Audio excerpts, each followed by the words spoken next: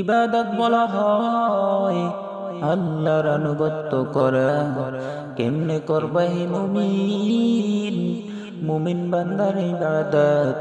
মনে করি আমরা নামাজ পড়া ইবাদত, রোজা রাখা ইবাদত, হজ করা ইবাদত, যাকাত দেওয়া ইবাদত। কই না না বান্দা তুই হাসি দিবি তাও ইবাদত, মুমিন বান্দা কান্না করবে তাও ইবাদত, মুমিন বান্দা খানা খাবে তাও ইবাদত, মুমিন বান্দা বাথরুমে যাবে তাও ইবাদত। এমনি নয় এমনি নয়, দুইটা শর্তের বিনিময়। এক নম্বর শর্ত হইল দাবিল কাদা, দুই নম্বর শর্ত হইল তরিকায়ে রাসূলুল্লাহ।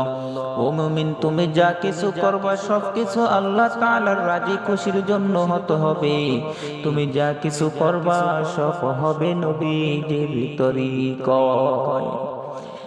ইন্না সলাতি ওয়া নুসুকি ওয়া মাহইয়ায়া ওয়া মামাতি লিল্লাহি রাব্বিল আলামিন।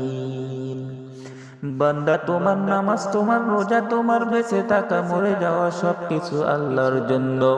বান্দা যদি খানা খায়, নামাজ বাদ দিয়া খানা খাবে না। বান্দা যদি ব্যবসা করে, দোকানের সাইনবোর্ডে লিখবে না যে বিক্রি করা মাল ফেরত নেওয়া হয় না। অতএব বান্দা যদি আল্লাহর জন্য ব্যবসা করে, অবশ্যই দোকানের সাইনবোর্ডে লিখবে যে বিক্রি করা মাল ফেরত নেওয়া হয়।